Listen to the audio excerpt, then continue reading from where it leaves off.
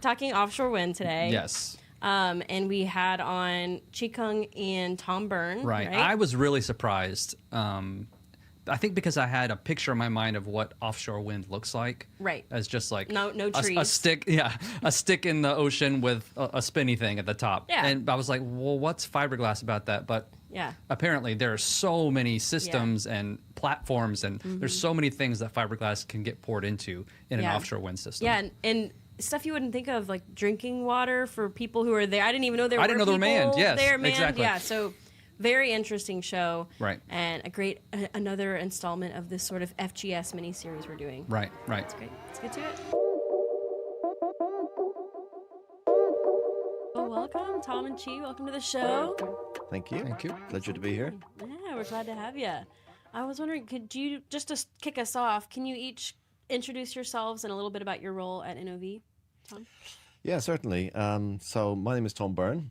I work for Fiberglass Systems. So I'm Vice President Marine Offshore Subsea globally, based in the UK, just south of London. And so I work with the team, as I say, globally on this business unit. Yeah. So.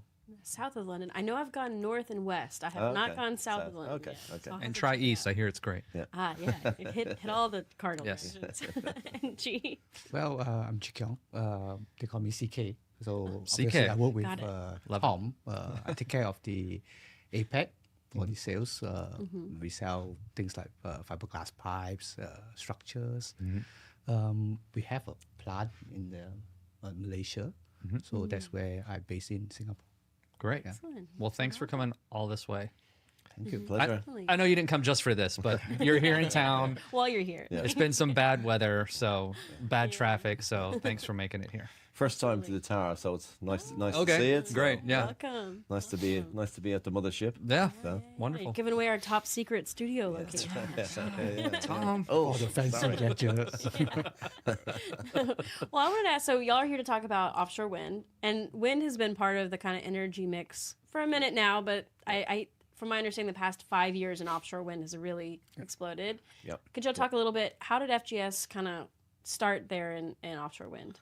Yeah, certainly. So from a structural point of view, we started in 2017 on a UK project in the English Channel for Rampion Wind for a local company in that part of the world. So yes, that was really our first involvement in an offshore substation from a structural point of view. So we got involved. Obviously, the products we offered are lightweight, corrosion resistant, zero maintenance, so they're perfect for that offshore market where because of the salt air you get a lot of corrosion. So the big drivers to use composites. So that was our first project in substations offshore. So, but piping wise, Keong? Well, Asia started slightly later. We started the first project 2019. It was a rather small project, humble project. We do something on the wind tower, transition tower. Okay. Something like an 8-inch pipe. Probably about another 20 meters kind of pipe. Small thing, but it was a major step. Okay. That was the first time that Asia piping, NOV piping, fiberglass piping started to step into the energy transition world. So from then on, we actually move on to things like substations. Right. We sold plenty of substations for the last 2 years. One big one was actually Sophia. Sophia, from an 8-inch, 20-meter pipe, we are now selling about 9 kilometers of fiberglass pipe in just one Sophia substation platform. Wow. So, okay, I'm having trouble picturing fiberglass because I'm picturing like you're transferring oil or you're transferring some type of liquid or something across a distance. What are you using fiberglass for in an offshore wind installation? Like what actually is, like, is it? That's a good question. Very good question. So, and it's interesting from oil and gas projects offshore to offshore wind projects. There's a lot more fiberglass pipe being used. Okay. One of the reasons is that in oil and gas we have regulatory issues to abide by, I should say. Whereas with, because you've got oil and gas, obviously it's the dangers of fire and explosions and whatever else. So we're not allowed actually to transport oil or gas or condensate or anything dangerous. So we tend to use just for water services. Okay. So switching to an offshore substation, as you say, there's surprised us as well when we first looking at this market about how much pipe there is there. Wow. But so you've got things like obviously drainage systems. So obviously it rains offshore, so they don't want that just flooding around. So they have gutters, gullies, and that gets collected and disposed of. It's also then things like drinking water. So people out there that are some of these are manned, or if they're so there's people out there drinking water, going to the lavatory. So you got sanitary systems, and then you've things like technical water that they'll use maybe for some specialist bits of equipment, cooling water. Right. Again, substations, they create a lot of heat, so they get warm. So they're using seawater, Right. Which is very corrosive. So it's perfect for composites because they just do not corrode. Right. So we use those for cooling the main plant. I think there's 5 services, I'm trying to remember. But also, We do Sophia, utilities. Utilities. Utilities is one of the big thing. Corrosion in the metallic world is one big problem there. Right. So a lot of pipes were being changed to fiberglass pipes. Right. We are not strangers to platforms. Okay. Right. Yeah. But when the offshore wind came in, a lot of regulations were not set, Right. and they just took things from the traditional offshore platforms and try to mimic it into the wind platforms. Okay. So that's where we come in with our experience, and we try to put in more things to the current offshore wind. Okay. I guess I had the wrong picture in my mind. I just pictured maybe just like a wind tower, a fixed tower in the ocean. There's nothing. Yeah. Like, but there's, but I now that you mentioned like their platforms, Yes. like I've seen like mobile offshore production units or things like that. Yeah. I can picture all of the piping and all of the fiberglass network that's on those types of systems. Yeah. So you have what they call an array. So you got multiple, as you say, multiple units. Right. with your tower and your turbine. So you've got those, as I say, in an array. They connect together and then come to a substation. Okay. And that's where the electricity gets gathered, gets converted, and gets sent on shore. So Thank you for the education. But some of these things are enormous. Yeah. Honestly, Paul. We're talking like 60 meters by 60 meters by 30 meters, 40 meters tall. Wow. So yeah. that's all right. That's all metric, but No, I get it. They're big, 180, 190 foot Right. square, and then 100 foot tall. So these things are huge. Okay. So we've talked a little bit about, pipe is kind of where y'all started in the piping, but I know fiberglass does a lot more. We were at WEFTech. We saw a lot of what fiberglass does. Fantastic. So could you tell what do we do now when we're looking at different products and applications for those products in offshore wind? Yeah, absolutely. So I think we've discussed the piping applications, as you've mentioned. Keeping with that, there's also tanks, holding tanks, storage tanks, which again is something we offer and supply, and we've just supplied one in Asia, in Singapore, a rectangular tank. We supply. Chemical corrosion-free tank.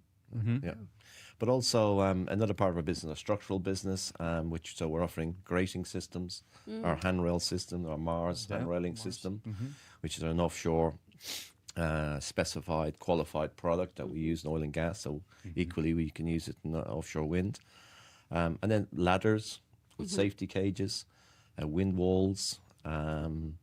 So a number of products like that. So if it's almost a case of obviously we can't do everything, and we can't do the very large structural components, but a lot of that's what we call tertiary structures we can offer in composites. And again, for the reasons exactly like our piping, they're lightweight, they do not corrode, they don't need maintenance. Right. Yep. Some of these facilities now are offered as normally unattended.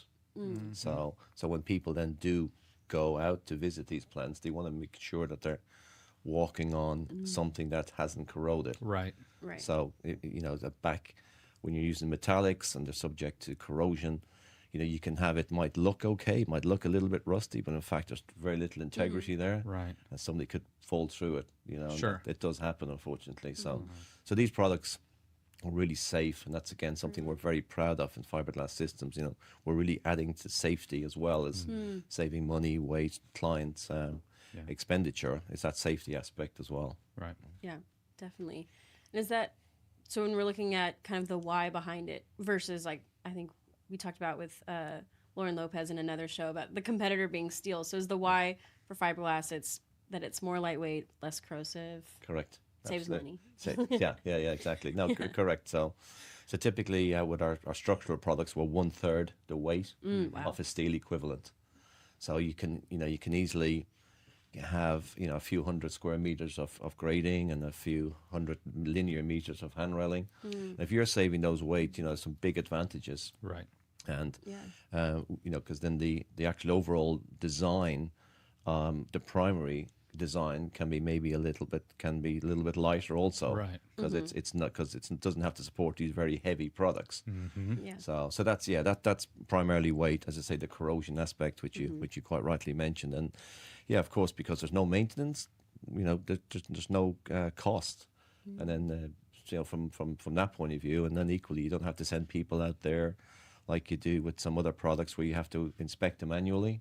So again, you know, so that's saving cost, that's saving shipping, that's saving transportation of people. Right. So yeah, there's multiple benefits, but you're quite right, Shelby. So it's weight and the corrosion aspects. Yeah. So Absolutely. Seems like it's like, why wouldn't you just go with fiberglass? absolutely, Yeah, and that's what I'm saying. it you know, we often ask those questions, and so some people talk to us as being, oh, this is new products, and they're not. We as fiberglass systems, our heritage, we've been making products, and for, I believe it's almost 70 years. Do you get that a lot where people are just like, oh, this is a new, Yeah. they don't want to, they think it's something brand new that they don't want to commit to or be the first one? Yeah. Really? Yeah, absolutely. And A lot of people just think that, no, fiberglass, are they as strong as steel? Conventionally, everything is made by steel, right? So Right. when sometimes we present to them and then we show them, oh, we are as good, if not better. Right. And it saves you money. It gives you a peace of mind that you go out there and 30 years later, it's still there. Right. It's not something that won't corrode. And these people will say, oh, wow, really? Right. Yeah. So, and we'll say, we are in the market for 70 years. We are not new. Yeah. we've been offshore for 40 years. So we got some tremendous case histories, and you know, we can, as Keong mentioned, we can share that. Right. When you share that, as you said, yeah, why would you? Right. Well, one slight small story. A person I used to work with very well, and he used to tell the story of saying, imagine now trying to go and sell steel in the offshore market. You're going in, you're speaking to a client. You know, forget that fiberglass product. You know, don't use that. What you want to use is steel. It's much heavier. It corrodes after 5, 10, 7 years. So you're going to have to replace it. Really heavy. When you cut it, it creates sparks, which is dangerous. So Need a permit for that. correct. So forget fiberglass. Here, install steel. Yeah. So you think that reverse psychology. So so indeed. So we've we'd still get those questions, and that's our challenge. Right. So. No kidding.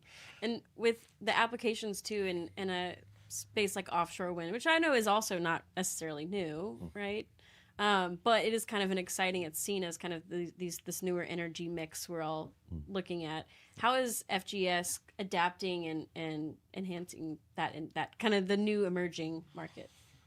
Yeah, so I guess it's as Keong said, we're not new in offshore. You know, we've got lots of experience, and so while the plant, the platform is very different, the actual applications of the piping are similar. You know, from seawater handling to drains to sanitary to drinking water. You know, we supply those offshore to a oil and gas platform, if you like. So from that point of view, there's very little change, very little difference. You know, again, as one of my friends, one of our engineers always say, "Hey, the pipe doesn't know where it is. It's just there to do a job. Right. It's there to do a function," and it's true. So, so I think probably more the structural aspects that's opened up to allow us to to grow into the market with those products. That's quite exciting. And also tanks. I think tanks is quite a new development for us to supply. And certainly the tank we supplied just recently in Singapore is a great example of what we can do. So we're offering more, we're packaging up these systems. So Right. In terms of the market, I think there are great opportunities around. I mean, we look at China being the leading new renewables things, and then Taiwan is following up. Vietnam is coming in. We actually got 3 new contracts in next year supplying to offshore wind farms, Baltica, Feng Miao, Famosas. So these are opportunities where you look at the government itself is putting a lot of emphasis on these renewables wind farms. So I would say we are still riding on the wave. Right. We have a lot of opportunities. What we are actually not the beginner now. We have a certain amount of case history, like Tom said. What we want to do is really to put more things on top. Instead of piping, we want to put our structures, we want to put our handrails, we want to put our tanks there. Right. Not just to, for more business, but also to actually let these guys know that, well, fiberglass is what you are going for. Right. Right. It is a solution. It is something that you want to have a peace of mind. 30 years down the road, you do not need any maintenance. So It makes sense to me. If wind is a future energy, then you want the structure that supports that technology to also be as future oriented as the energy source itself. Yeah. And it seems to me like that fiberglass provides that absolutely. as the supporting structure for harnessing the actual wind. Yeah, no, absolutely, and for sure. And I think it's obviously it's a clean energy, it's renewable, it's clean, sustainable. And so again, another added benefit. And I think a lot of because these companies are renewable, they appreciate that as well. Yeah. So that's another added benefit. Yeah. Is there anything like working in the offshore wind space? Is there anything that excites you personally about the opportunity for fiberglass and working in offshore wind? Yeah, it does excite me, and I'm not sure what that says about me, but no, I think it's great. We're fortunate to be in this industry. I think it's another avenue to go after, and so I think as Keong said, we're at it's early, still very early days with this industry. There's a lot more to come. There's a lot of projects. As you mentioned, around Taiwan, China, Korea, but also Europe. There's a lot of projects in around Europe, France, down to Spain, right. Atlantic coast. Of course, there's a lot of wind. So that's exciting. There's huge opportunities. There's a lot of projects. We have got some projects now, and we have agreements up till 2030 supplying our products to these projects. So that's exciting. I think as Keong said, and the fact that we want to add more and more. So we're always looking at scope extension. That's one of our mantras, is to look at what else can we do, what else. I think that's what I find the most fascinating is you have such a history of being around for 70 years, but then there's so much potential. Usually with the technology or with a company or a business that's been around for so long, it's like, well, yeah, how do you know how much? How much are we just? Have we reached our steady state of this is just our business? But I feel like fiberglass has a unique position of being able to have that broad history and also so much future potential to, like you just said, to broaden the spectrum of where your technology and where your product can go. Yeah, and so that's something else we are looking at, and as part of NOV, the wider NOV, of course, we're looking at floating wind, and with our marine and construction guys and our Gusto colleagues in the Netherlands, they're working on designs for floating wind projects, and we're engaged with those guys and their engineers. And again, even though we're NOV, it's not just a case of, hey, we're going to use your products. They're doing their due diligence. Right. Is this fit for purpose? Right. Is it is it at the right price point? Right. So they're saying, come on, guys, it's NOV. Just give us the jobs. And no. We need to do our due diligence, and quite rightly so. So we have got some when these projects start to roll out, which I expect in the next 2-3 years, they will have fiberglass systems products on there. So that's great. That's good to know. We've done all the hard work, if you like. They trust in the, they trust. They did the due diligence and still came And still to came the same back, and still conclusion. came back, That's right. and came back and said, "Yeah, do you know what? That yes, we know the benefits are real, so Yeah. we will use it." Yeah. But there's other parts as well of floating wind that we're looking at, and possibilities of making some bigger structures as a part of those designs. Early stages we're going through, and likewise with the subsea part of it as well. Right. So the tethering systems. Right. Again, there's products there that we can use, and we've actually started to invest, and we're going through a qualification program on some of those items. So, Nice. so yeah, it's exciting. That is the word. It is exciting, and it's the opportunities we look for. There's lots to go after. So. Without a doubt. Yeah. I think it's not only just business in the offshore wind. What I feel is we are doing a part for the future. But putting fiberglass on the green scene is actually what we want to do. Yeah. And we help the future. We help our children, our grandchildren, save the world. Do our small part and build a better world. That's right.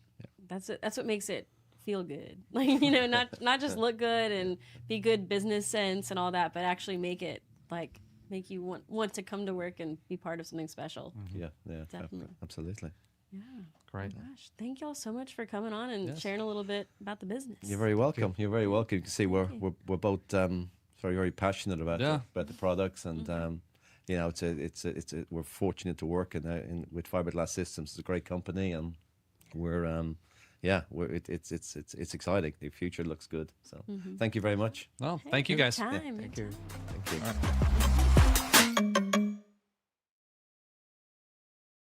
And we're back. Fight. I don't know what we were doing. I just The Street Fighter. Oh. No? I don't know. Anybody out there? My Street Fighter fans? Old. Anyway. Round 3. Fight. I was just like, yeah. Dodgeball. I didn't know where to go from there. Okay. All right. And what were they talking about today? Offshore wind. Yeah, you hear it through the trees. A storm's coming. The trees. Offshore? That was too many dumb things I said.